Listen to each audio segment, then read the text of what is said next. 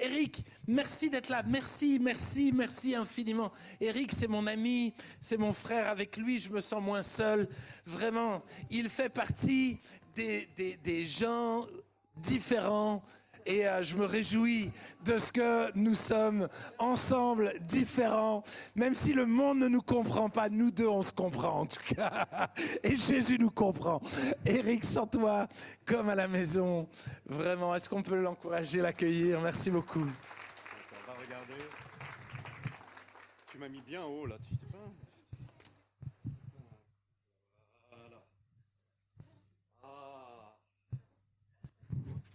À chaque fois que je fais un message, là, la police de caractère augmente. C'est pas bon signe. Je suis à 28.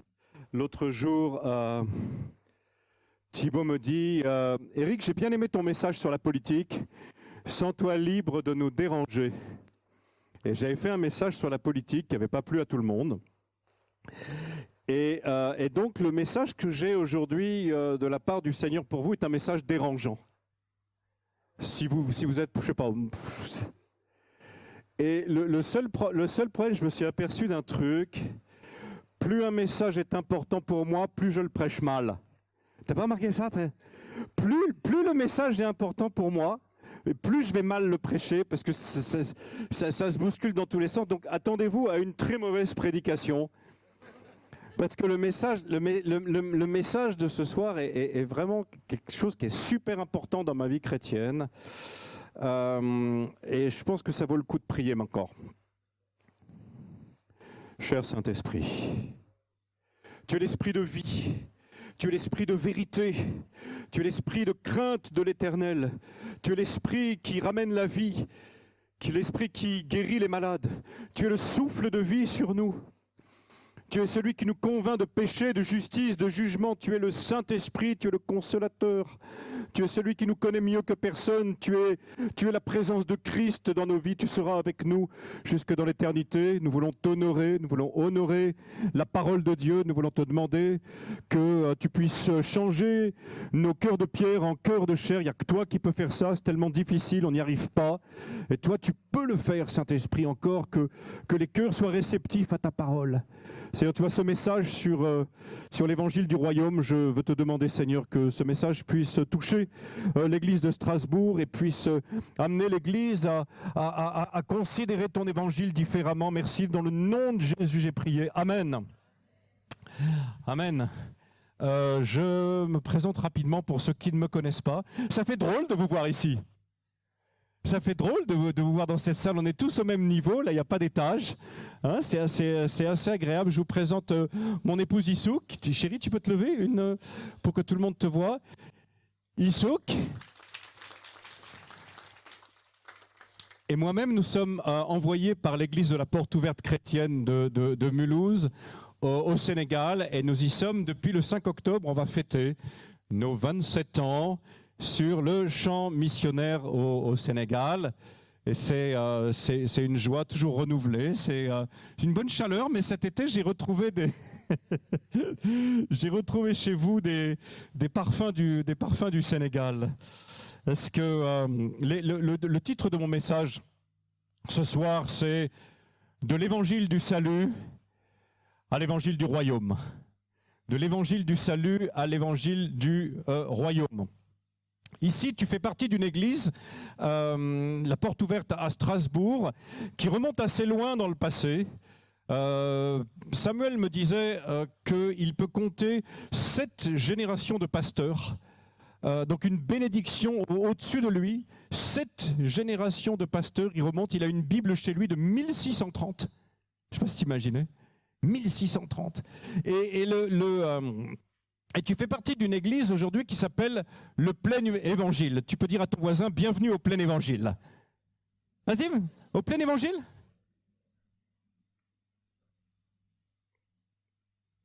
Et je sais pas, bon, on met plus tellement, Thibaut, on parle plus trop de ça, hein, du Plein Évangile. Encore un peu, mais c'est plus beaucoup. Mais c'est bien parce que c'était juste une saison. Laissez-moi vous expliquer pourquoi est-ce que certains chrétiens se sont appelés eux-mêmes chrétiens du plein évangile. C'était quelque chose qui a eu lieu vers la Deuxième Guerre mondiale. Vous savez qu'en 1945, nous les chrétiens évangéliques en France, on n'est que 30 000. Vous savez combien on est aujourd'hui? On est probablement entre 700 et 800 000 en France. Est-ce que le Seigneur n'est pas extraordinaire? Et souvent, les chrétiens de 1945 et les chrétiens d'aujourd'hui, ils n'ont pas grand-chose à voir. Et pourtant, il n'y a pas tellement de temps qui est passé, 80 ans. Mais c'était des chrétiens qui insistaient énormément sur la doctrine du salut, sur la croix. Et des chrétiens et des hommes comme Papa Jean, avec les expériences qu'ils ont fait avec le Saint-Esprit, réalisaient qu'il manquait quelque chose d'extrêmement important à cet évangile. C'était l'évangile de la puissance du Saint-Esprit.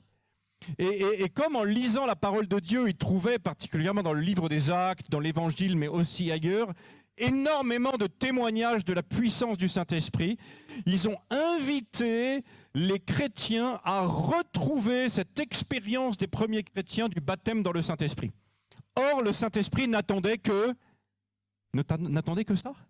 Il attendait que cela, et lorsque les chrétiens ont commencé à prier pour le baptême dans le Saint-Esprit, ils ont reçu le baptême dans le Saint-Esprit, ils se sont mis à parler en langue, ils se sont mis à prophétiser. Il y a toute une nouvelle dimension de l'Église qui était en fait une très ancienne dimension de l'Église, et ils ont appelé ça le plein évangile, et nous nous sommes appelés le plein évangile. J'ai cette conviction profonde depuis longtemps qu'il y a quelque chose qui nous manque encore dans notre plein évangile. Ça va loin. Il y a quelque chose, il y a un aspect de l'évangile qui, moi, me manque énormément encore, que je veux voir de plus en plus. C'est cet aspect de l'évangile qu'on essaie de vivre au Sénégal, l'évangile du royaume. Regarde ton voisin, dis-lui, écoute parler de l'évangile du royaume. L'évangile du royaume. L'évangile du royaume. Nous sommes des chrétiens qui restons profondément marqués par l'évangile du salut. L'évangile du salut est à la base parce que la croix est à la base, mais la croix est au centre, le message de l'évangile est au centre. Nous devons jamais oublier cette base fondamentale de l'évangile du salut. L'évangile est un message, une invitation. S'il y a tout à l'heure, tu disais, il y a peut-être des personnes qui sont là ce soir avec nous, qui s'approchent doucement, mais qui n'ont pas encore fait cette démarche de donner leur vie à Christ. La parole de Dieu dit, si tu confesses de ta bouche Jésus-Christ, si tu crois dans ton cœur que Dieu l'a ressuscité des morts, tu seras sauvé. L'évangile du salut est un message extraordinaire, c'est un message qui a commencé à Jérusalem il y a 2000 ans et qui continue à se répandre jusqu'aux extrémités de la terre. Savez-vous qu'il y a encore des centaines de peuples qui sont non atteints sur terre, qui n'ont jamais encore entendu parler de l'évangile du salut? C'est pourquoi nous sommes partis en mission. C'est pourquoi cette église enverra probablement un jour aussi des missionnaires pour aller atteindre la dernière frontière, les derniers peuples qui ne sont pas atteints. Jésus a dit, cette bonne nouvelle du royaume sera annoncée à tous les peuples de la terre. La bonne nouvelle du royaume sera annoncée et alors viendra la fin. Donc les peuples qui restent à atteindre sont les peuples quelque part qui bloquent quelque part le retour du Seigneur Jésus, parce que le Seigneur Jésus ne reviendra pas tant que tous les peuples de la terre auront entendu. Donc l'évangile du salut est un évangile profondément important, il est la base de tout. Je le répète, qu'est-ce que cet évangile? L'évangile qui est notre base, c'est l'évangile qui annonce qu'un Dieu créateur nous a placés, nous les êtres humains, au sommet de la création. Tu peux le dire à ton voisin, tu es au sommet de la création. Regarde-le bien, dis-lui tu es une créature merveilleuse. Regarde-le dans les yeux, tu es une créature merveilleuse. Moi je regarde ma femme, c'est facile de lui dire ça. Tu es une créature merveilleuse, ma chérie. je vois les couples qui se regardent amoureusement, c'est super. Mais tu es une créature merveilleuse. Le psaume 8 dit que tu as été créé juste en dessous de Dieu. Ça paraît difficile à croire, mais c'est la vérité. Tu es une créature extraordinaire. Mais qu'est-ce qui s'est passé? Dieu t'a donné absolument tous les attributs de la plus belle créature qu'il a créée, dont la liberté. Et qu'est-ce que nous avons fait de cette liberté? Des bêtises. On s'est éloigné, on a suivi les penchants de notre cœur, et le monde s'est rempli de violence, et le Seigneur a même été tellement écœuré par l'humanité qu'il avait créée qu'il a failli la détruire au temps de Noé, mais qu'un reste a trouvé grâce, que l'humanité a continué, que Dieu s'est choisi un peuple, le peuple d'Israël, au travers d'Abraham, son ami, que ce peuple d'Israël a reçu de bonnes lois, a reçu des commandements où Dieu voulait le discipliner, l'amener à lui, et avoir un peuple qui lui soit propre pour pouvoir, au travers de ce peuple, purifier ce fleuve de boue qu'était devenu le monde. Mais qu'est-ce qui s'est passé une fois de plus? Le peuple d'Israël a été rebelle, désobéissant. Dieu leur a envoyé des prophètes, Dieu leur a envoyé des hommes de Dieu, ils ont lapidé les prophètes, ils ne les ont pas écoutés. Et qu'est-ce que Dieu a dit? Il dit, Dieu, je vais leur envoyer mon fils. Je vais quelque part venir descendre moi-même pour les sauver. Et qu'est-ce qui s'est passé? Nous avons tué, nous, je dis bien nous, lorsque le Fils de Dieu est descendu sur terre, nous l'avons tué. Reflet de qui nous sommes profondément, nous l'avons tué. Il a versé son sang sur la croix, personne n'a compris ce qu'il faisait. Et lorsque Dieu l'a ressuscité des morts 3 jours plus tard, Dieu a annoncé au travers de lui le pardon des péchés, non seulement au peuple d'Israël, mais à tout le peuple. Et vous êtes là aujourd'hui parce que vous avez été au bénéfice de l'évangile du salut. Alléluia. Vous avez reçu Christ dans votre cœur. Vous avez été lavé par son sang. Vous avez été purifié. Le salut de Christ vous est acquis pour l'éternité. Et aujourd'hui, vous mettez en œuvre votre salut. L'évangile du salut est la base de votre vie chrétienne. Et ces dernières années, il s'est passé aussi quelque chose, c'est que de nombreuses églises se sont rendues compte qu'il manquait que l'évangile du salut ne répondait pas tout à fait à ce que Christ avait dit dans son dernier ordre de mission. Il avait dit, allez, faites de toutes les nations des disciples. Et soudain, les églises se sont rendues compte, ils se sont dit, mince, on a fait des chrétiens, mais on a complètement oublié de faire des disciples. Et il y a eu tout un mouvement, et nous sommes encore dans ce mouvement aujourd'hui, où les églises se rendent compte que l'évangile du salut est seulement la base dans laquelle une personne sera sauvée, mais a besoin d'être formée en tant que disciple de Jésus-Christ, ce qu'on appelle le discipolat. Et tout à l'heure, le Seigneur m'a parlé vraiment par rapport à l'église. Je vous ai vu. Et je voudrais vous demander, vous avez des groupes de vie, n'est-ce pas? Est-ce que si tu es seul, est-ce que tu peux rejoindre un groupe de vie, multiplier les groupes de vie, que personne ne soit seul? Ça va devenir de plus en plus important. Je le sens dans mon cœur que personne ici dans la communauté ne reste seul. Je sais qu'il peut y avoir des raisons des fois. Mais il faut absolument que ces groupes de vie deviennent des groupes où vous grandissez en tant que disciples. Le Seigneur nous dit de prêcher la parole, le Seigneur nous dit de former des disciples. Mais lorsque Jésus, quelque chose qui m'a beaucoup intrigué, lorsque Jésus a commencé son ministère, Issouk me le rappelait l'autre jour, quelle est la première parole qu'il a annoncée? Repentez-vous, car le royaume de Dieu est proche. Qu'est-ce que c'est le royaume de Dieu? Je peux avoir quelques... C'est pas une question facile. Hein. Le royaume de Dieu, c'est quoi? Il peut y avoir une vingtaine de réponses et elles sont toutes intéressantes et bonnes. Est-ce que je peux avoir quelques... Je peux faire parler l'Assemblée, hein. Ils ont une langue, n'est-ce pas? Ok. Les Strasbourgeois ne sont pas timides, ils ne sont pas comme les Mulhousiens. Parfait. La salle n'est pas trop grande, je peux vous entendre? C'est quoi le royaume de Dieu, à ton avis? Tu as déjà pensé, c'est quoi? Alors, il faut que tu parles fort parce que regarde mes oreilles, là. Le royaume de Dieu, c'est un endroit où il y a de la justice. Oui? Continue. Je veux 20 réponses. Le royaume de Dieu, c'est le paradis. Alors ça, c'est super. Le royaume de Dieu, c'est le paradis qui nous attend, n'est-ce pas? Le royaume de Dieu, nous serons un jour dans un royaume de Dieu, dans la nouvelle Jérusalem, qui est le royaume de Dieu. Quoi d'autre?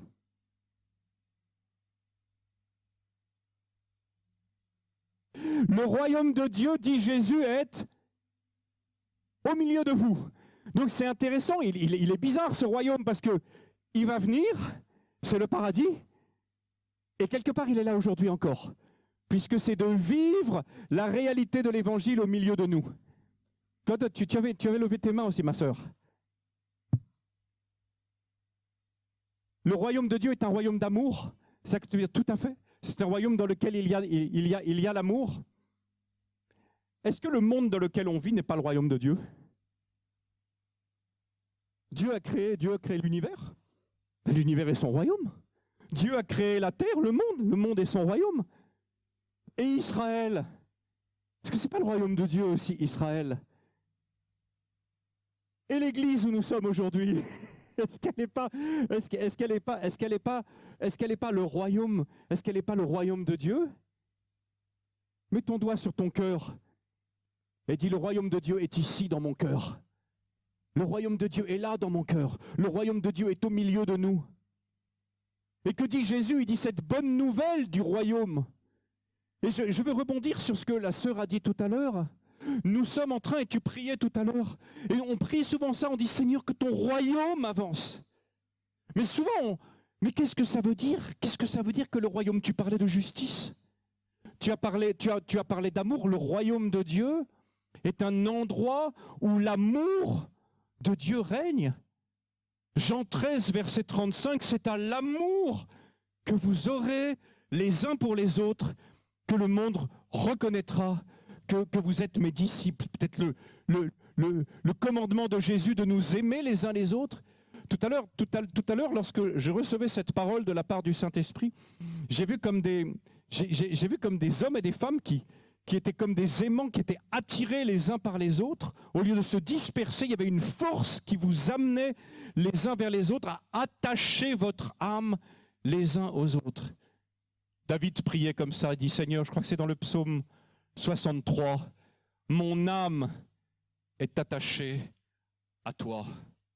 Est-ce que tu peux encore regarder ton voisin et lui dire: mon âme est attachée à toi? Mon âme, Jean-Pierre, est attachée à toi. Le jour où je peux dire: je donne ma vie pour Jean-Pierre, je suis prêt à donner ma vie pour Jean-Pierre. Mon âme est attachée à toi, mon frère, merveilleuse créature, héritier de Christ, supérieur en dignité, à cause du royaume de Dieu. Mon âme est attachée à toi. Je suis fier d'être ton frère. Le royaume de Dieu est un royaume où l'amour explose, où l'amour exagère. C'est un royaume de Dieu où l'amour en fait trop. C'est un royaume de Dieu où on apprend, parce qu'on doit apprendre à s'aimer les uns les autres. C'est une véritable discipline pour nous d'apprendre à nous aimer les uns les autres. Et heureusement, nous ne sommes pas seuls, parce que le Saint-Esprit lui-même vient à notre secours. Quel beau verset que Romains 5, 5.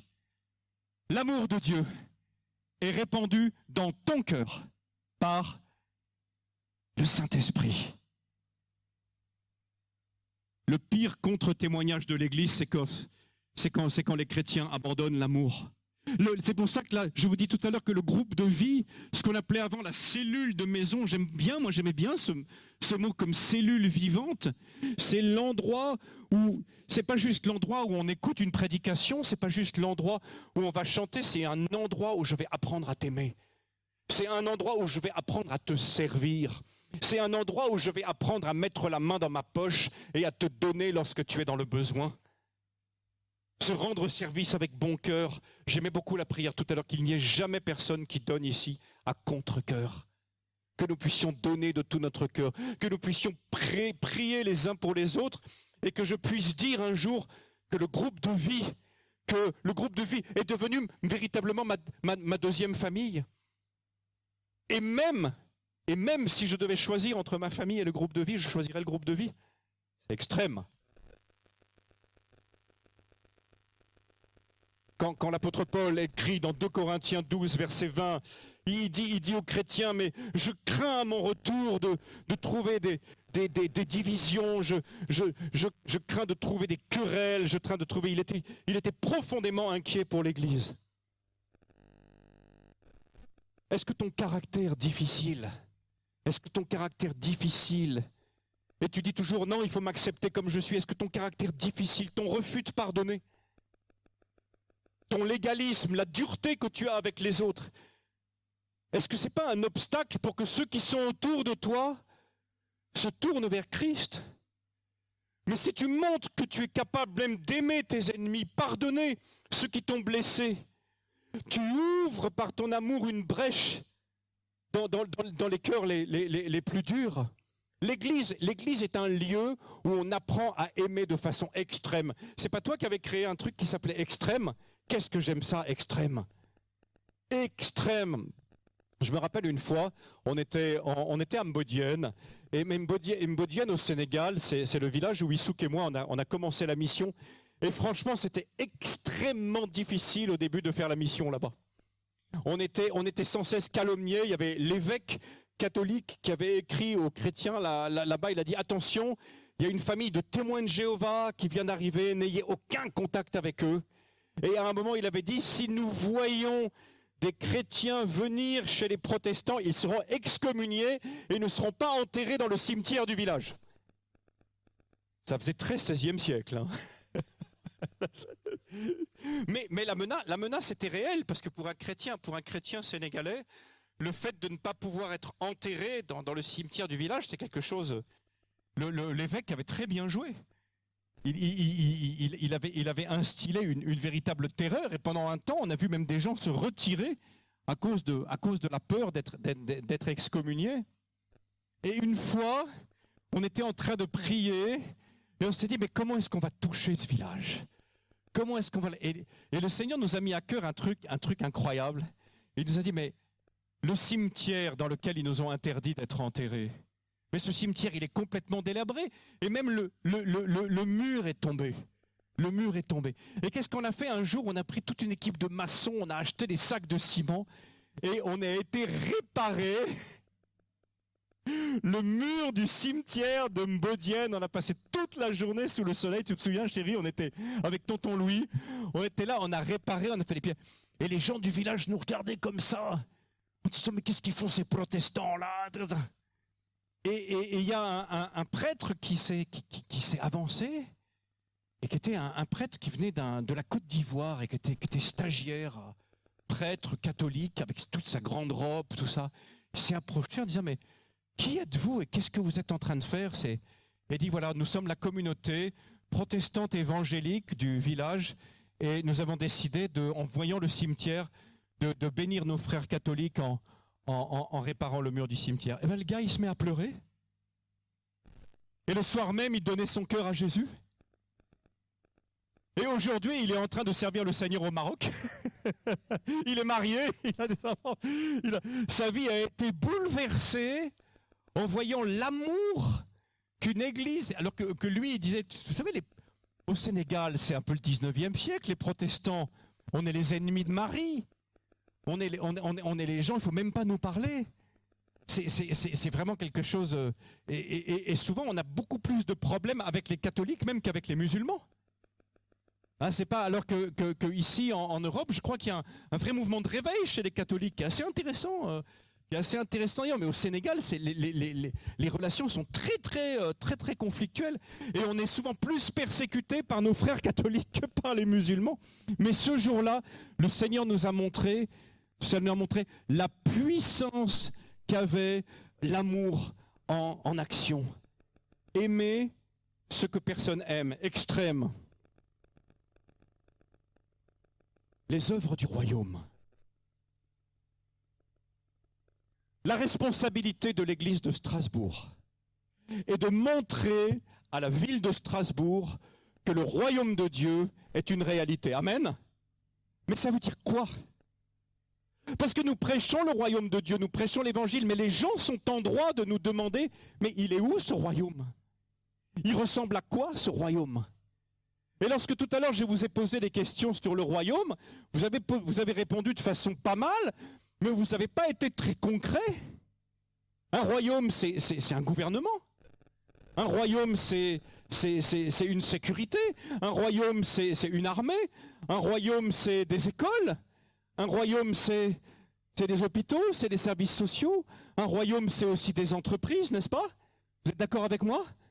Le royaume, c'est simplement l'ensemble de la réalité dans laquelle nous vivons dans ce monde.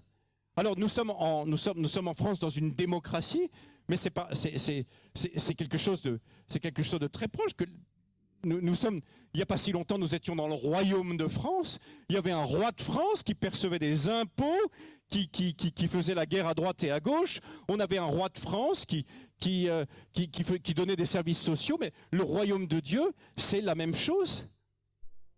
Dans le royaume de Dieu, nous sommes sel et lumière. Qu'est-ce qu'a dit Jésus sur les œuvres? Quand il priait, il a dit que vos bonnes œuvres brillent, que votre lumière brille devant les hommes afin qu'ils voient vos bonnes œuvres et qu'ils glorifient votre Père qui est dans les cieux. Quelle est la première des œuvres du royaume? Regarde ton voisin, dis-lui, la première des œuvres du royaume, c'est toi. La première des œuvres du royaume, c'est ta vie. La première des œuvres, c'est ta vie. Ta vie nouvelle. Tu as accepté Christ. Tu as accepté Christ. Qu'est-ce que ça change? Tu as accepté Christ. Est-ce que tes voisins, ta famille, tes collègues de travail voient une différence en toi depuis que tu as accepté Christ? Ça change quoi? Il y a un mot que j'aime, c'est cohérence. C'est cohérence. Ce que je vis à l'église dimanche, ce que je déclare avec ma bouche, je déclare que je suis un chrétien né de nouveau. Je déclare que Christ est mon Seigneur et mon Sauveur. Est-ce que quand je suis sorti de l'église, ça se remarque? Est-ce que ma vie est une œuvre que mes voisins peuvent regarder en disant « Waouh !» Tu sais, l'autre jour, j'étais tellement content, j'étais au Sénégal et on a un pasteur qui s'appelle Pape Michel, tu le connais. Et j'étais dans la ville de Sandiara et j'ai rencontré par hasard un ancien du village et on s'est mis à parler. Et je ne sais pas pourquoi il s'est mis à parler de... Et c'est un musulman. Il a dit, mais votre pasteur là, Pape Michel. J'ai dit, ouais.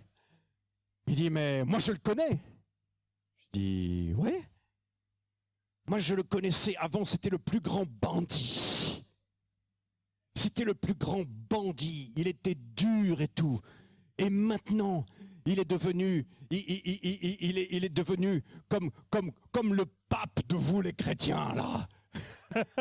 Il est devenu gentil, il écoute les gens, il accueille tout le monde. Et il a dit, waouh, chapeau. Est-ce qu'on peut dire à Jésus, chapeau? Est-ce que je peux dire à toi qui t'es laissé sculpter, chapeau Jean-Pierre, chapeau mon frère. Amen. Je lui en veux aujourd'hui, hein. Je lui en veux, tu es devant moi, chapeau mon frère. Ta vie est une œuvre. Je sais pas, vous avez déjà entendu parler de Shakespeare? Ouais. Il y a une phrase dans Hamlet qui dit, il y a quelque chose de pourri dans mon royaume.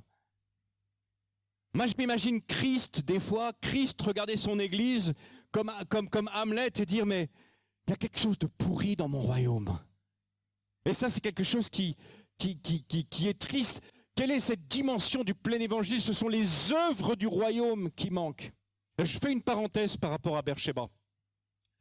On est arrivé avec Issou qui a 27 ans, dans un pays à 90% musulmans, dans un pays où il y a 3 mois de saison des pluies par an, dans un pays qui est juste au-dessous du désert du Sahara, qu'on appelle le Sahel, dans un pays où il y a 400 mm de pluie qui tombent en 3 mois, et dans un pays qui se désertifie. Et on a prié parce qu'on voyait, on faisait des campagnes d'évangélisation, on était en plein dans l'évangile du salut, on prêchait l'évangile, mais on voyait que la vie des chrétiens ne changeait pas.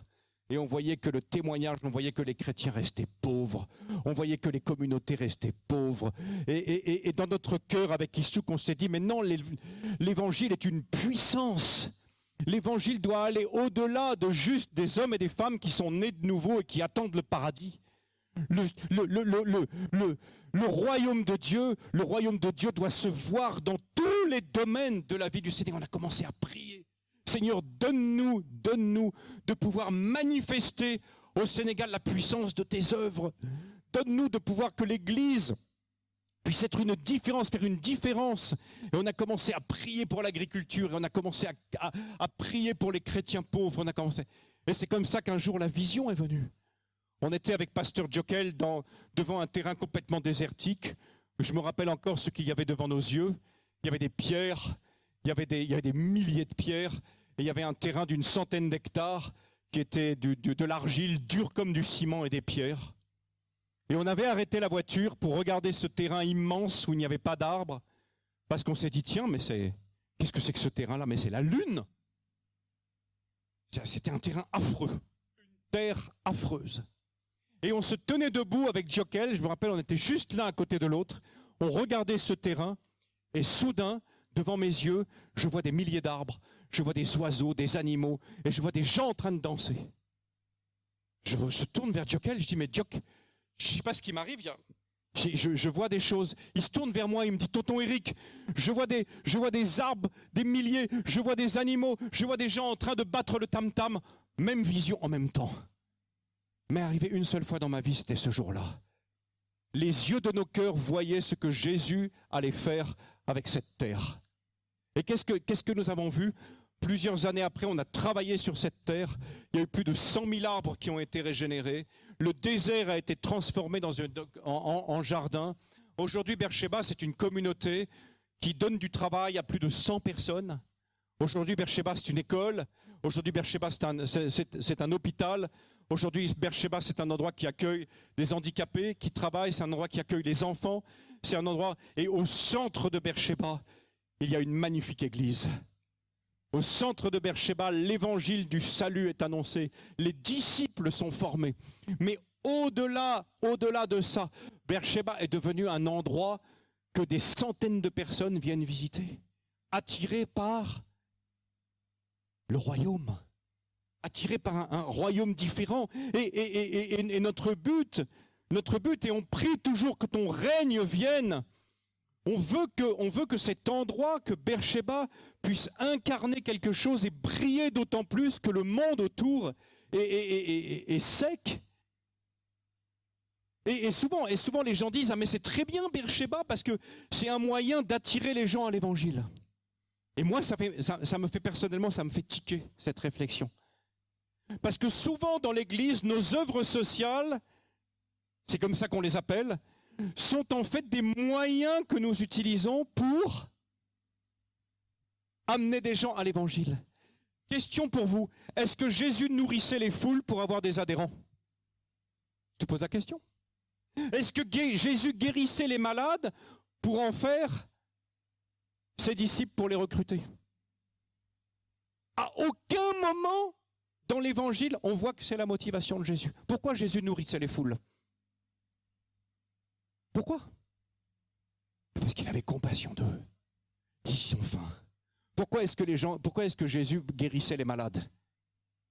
Parce qu'il était ému de compassion jusqu'au fond de ses entrailles quand il voyait la condition misérable des personnes. Et il y a des gens qui ont été guéris par Jésus, qui l'ont suivi, mais tous ne l'ont pas suivi. N'empêche qu'il guérissait.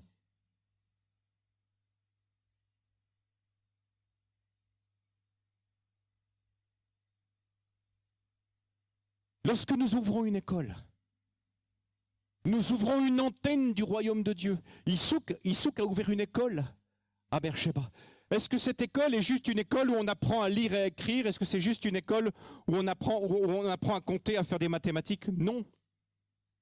Dans chaque œuvre du royaume que nous mettons, dans chaque œuvre que nous créons, nous voulons que la réalité du royaume de Dieu se reflète dedans. La réalité du royaume de Dieu, c'est l'amour, c'est la justice, c'est le fait que tout le monde soit traité de la même manière, c'est le fait que les pauvres puissent être au-dessus, c'est le fait que ce ne soit ni les riches, ni les puissants, ni les intellectuels qui dominent, Mais notre école est une école, et notre école est une école qui ne ressemble à aucune autre école.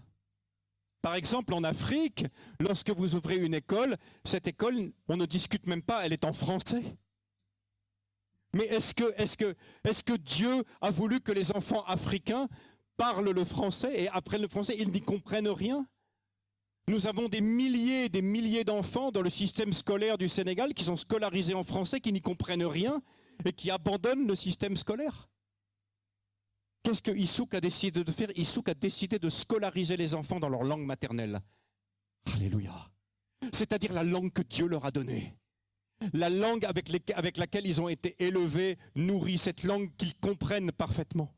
C'est pour ça que nous traduisons aussi la Bible dans toutes les langues du monde. Nous traduisons la Bible pour que les hommes et les femmes puissent entendre le message de Dieu dans une langue, dans leur langue du cœur, dans la langue qu'ils comprennent.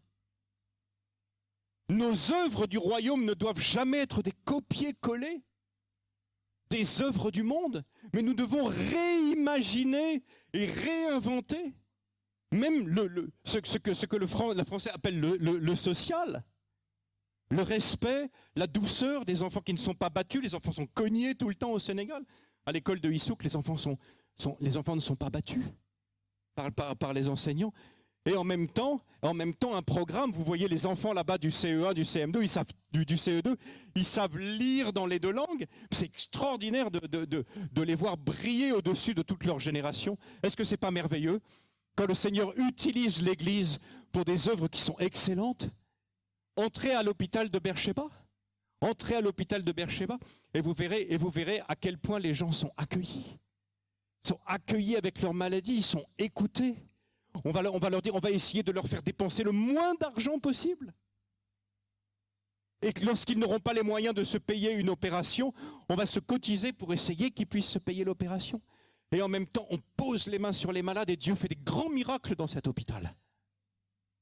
L'année dernière, on a plus de 20 personnes dans l'hôpital qui ont donné leur cœur à Jésus.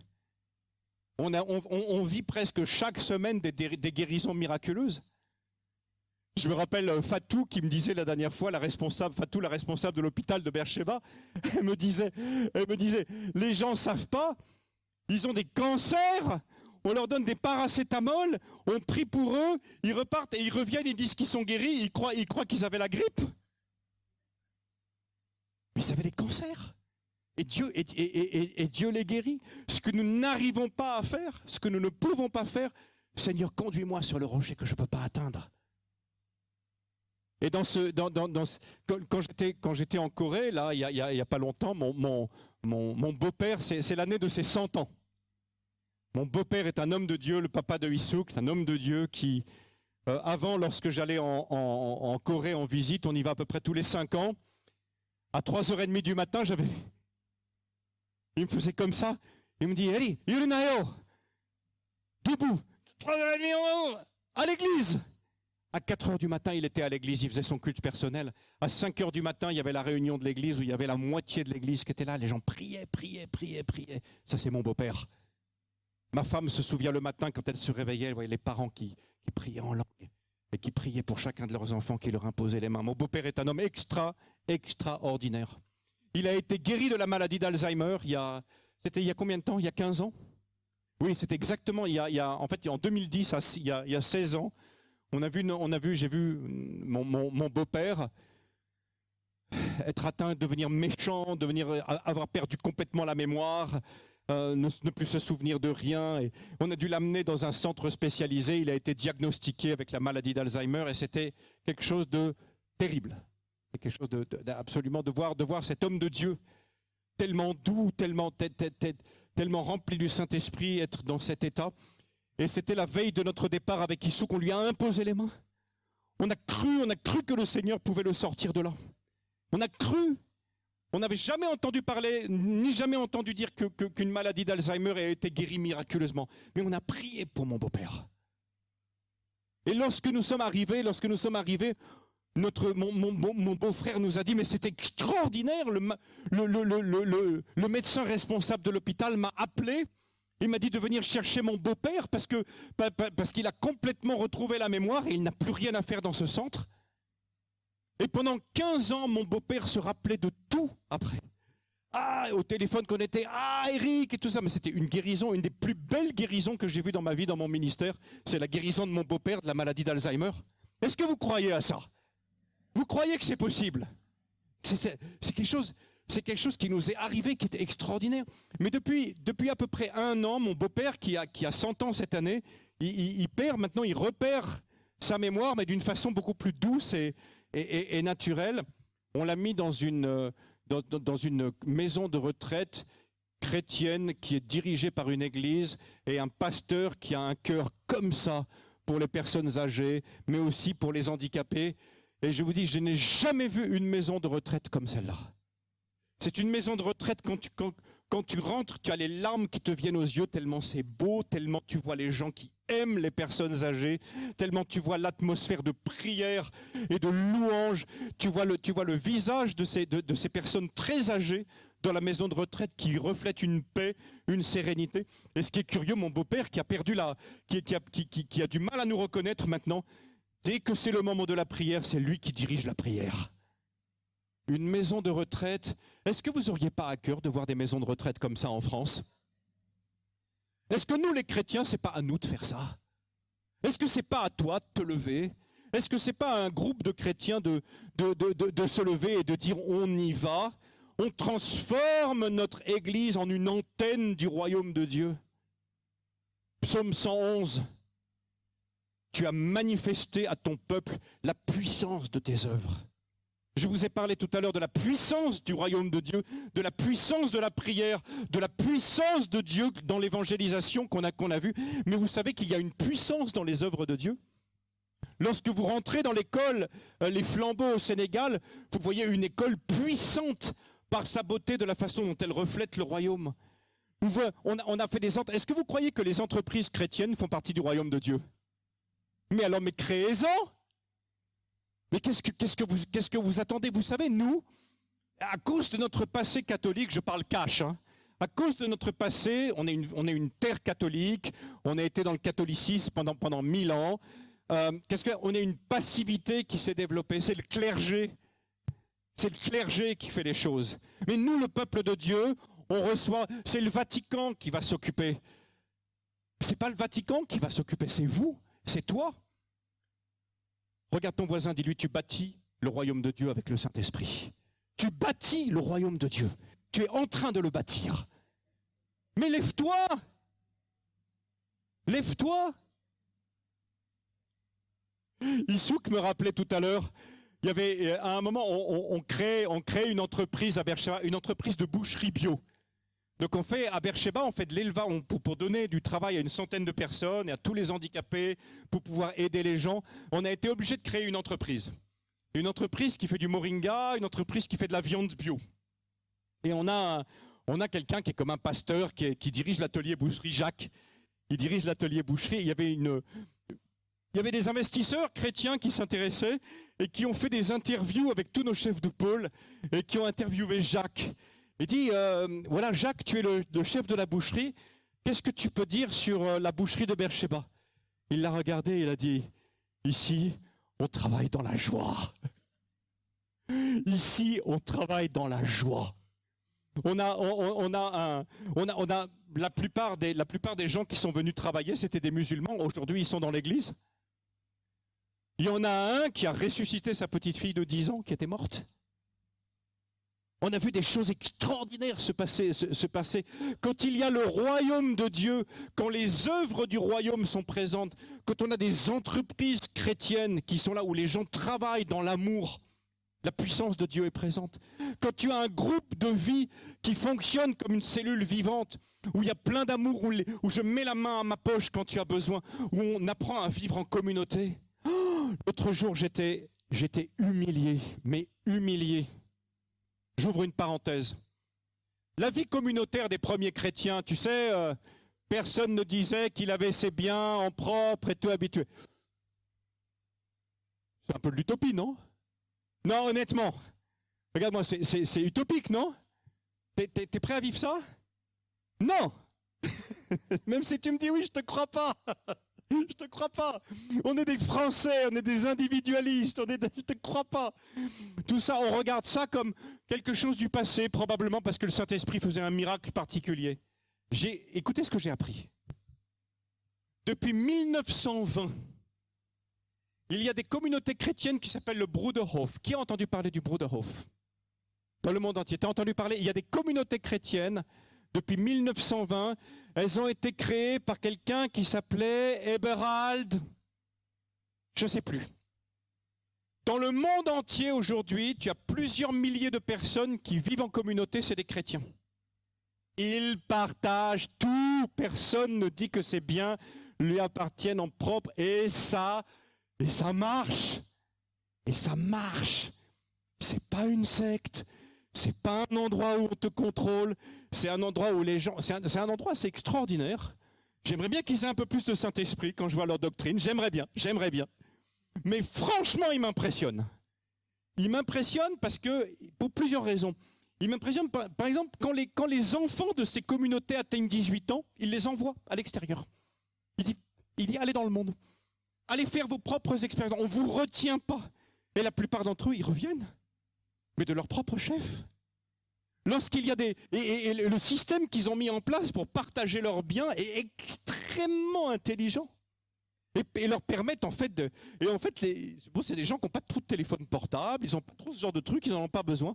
Mais c'est des artistes, c'est des gens qui lisent énormément, c'est des gens qui prient énormément, c'est des gens qui aident énormément, qui font des choses. Ils s'appellent le Bruderhof. Et moi personnellement, j'ai été humilié par rapport à ça. Parce que je ne croyais pas que c'était possible aujourd'hui, dans notre siècle tellement individualiste, d'avoir des chrétiens. Et ça marche depuis 1920. Donc c'est pas une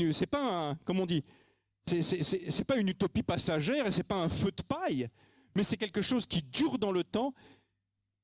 Et moi j'ai envie. Moi ça me fait envie. Je suis peut-être le seul, mais moi je t'assure qu'aujourd'hui, de vivre des expériences comme ça me fait vraiment envie. D'avoir une antenne du royaume de Dieu où l'esprit souffle et les gens de l'extérieur voient qu'on est une communauté différente, qu'on est une communauté où les malades sont guéris, on est une communauté où les pauvres sont respectés, on est une communauté où l'amour nous sert de lien. Je finis. L'église de Strasbourg est un jalon prophétique. Un jour, le royaume de Dieu, tu l'as dit mon frère dans le paradis, un jour le royaume de Dieu va venir avec Christ à sa tête. Mais je te promets qu'alors le royaume de Dieu se souviendra de ce que vous avez fait à Strasbourg. Il se souviendra de ce moment du passé où vous avez planté comme des jalons prophétiques, vous avez planté des jalons de ce qu'est véritablement le royaume de Dieu.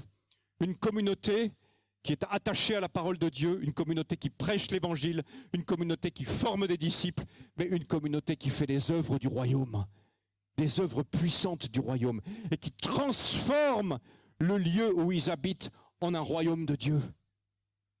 Vous en êtes capables. Je voudrais tellement réveiller votre esprit, je voudrais tellement réveiller notre esprit. Lorsque vous avez un pasteur qui est particulièrement intéressé par une personne, un chrétien du passé qui s'appelle William Wilberforce. Amazing! Amazing! Quoi, tu n'as pas prêché? C'est qu'à Mulhouse que tu as prêché? Ici, tu ne leur as pas dit? C'est pas possible. Ok, à Mulhouse, on l'appelle le pasteur Amazing Grace. C'est-à-dire, c'était toute une... T'as fait combien de messages? T'as fait au moins 10 messages? Plus 30 messages sur Amazing Grace. Pourquoi? À cause d'un homme qui s'appelait William Wilberforce. C'était un des premiers chrétiens évangéliques à la fin du XVIIIe siècle, le grand mouvement de réveil de Wesley, les méthodistes, et lui il vient de là. C'est un jeune politicien qui se convertit, qui donne son cœur à Jésus et qui va décider non pas d'abandonner la politique, parce qu'à l'époque il dit mais quand j'ai donné ma vie à Christ, maintenant il faut que je devienne pasteur, il faut que j'entre. Il faut que j'abandonne tout ce que je fais. Et les gens disent non, non, non. Tu es devenu chrétien, tu as donné ta vie à Christ, tu vas continuer ton travail de politicien et tu vas transformer la société. Et il faisait partie d'un petit groupe de chrétiens d'une ville qui s'appelait Chatham. Et ils se mettaient ensemble et ils essayaient de voir comment l'Église pouvait réformer la société. Et un truc super, vous savez, leur théologie chrétienne est probablement fausse. Leur théologie chrétienne, ce qu'ils croient, personne presque n'y croit plus aujourd'hui. Qu'est-ce qu'ils croyaient, ces chrétiens-là? Ils croyaient que c'était la responsabilité de l'Église d'amener le royaume de Dieu sur terre. Waouh! Qui croit ça aujourd'hui? Non, je te demande, qui va amener le royaume de Dieu sur terre? Ben, c'est Jésus, avec le Saint-Esprit. Mais eux, ils ne croyaient pas ça. Ils disaient, non, il y a Jésus, il y a le Saint-Esprit, mais c'est nous, l'Église, qui devons amener le royaume de Dieu sur terre. Donc c'est théologie probablement fausse, mais regardez les résultats incroyables de cette théologie. Qu'est-ce que tu fais quand tu crois que c'est à toi de faire bouger les choses? Ben, tu te mets au travail. Mais nous ne croyons pas que c'est à nous de faire bouger les choses. Nous croyons que c'est au gouvernement français de faire bouger les choses. Nous croyons peut-être que c'est à Samuel Peter Schmidt de faire bouger un peu les choses, de créer les œuvres. Mais ces chrétiens-là croyaient que c'est à eux qu'incombe de faire venir le royaume de Dieu sur terre. Et qu'est-ce qu'il a fait, Wilberforce? Il est très connu, vous savez, pour une chose, l'abolition de l'esclavage. Je ne sais pas si vous connaissez, avec son groupe, ils ont bataillé pendant 30 ans au Parlement jusqu'à obtenir l'abandon de la traite des esclaves. Ça a été une des plus grandes victoires. Mais ce que j'ai découvert récemment, j'ai lu une biographie de Wilberforce, j'ai découvert quelque chose d'extraordinaire sur cet homme. Il a créé la première société protectrice des animaux. C'était un pasteur, hein? C'était un pasteur. Et à l'époque, les gens lui disaient, mais t'es zinzin. Les animaux n'ont aucune importance. Les animaux ne font pas partie du royaume de Dieu. Et il disait, si.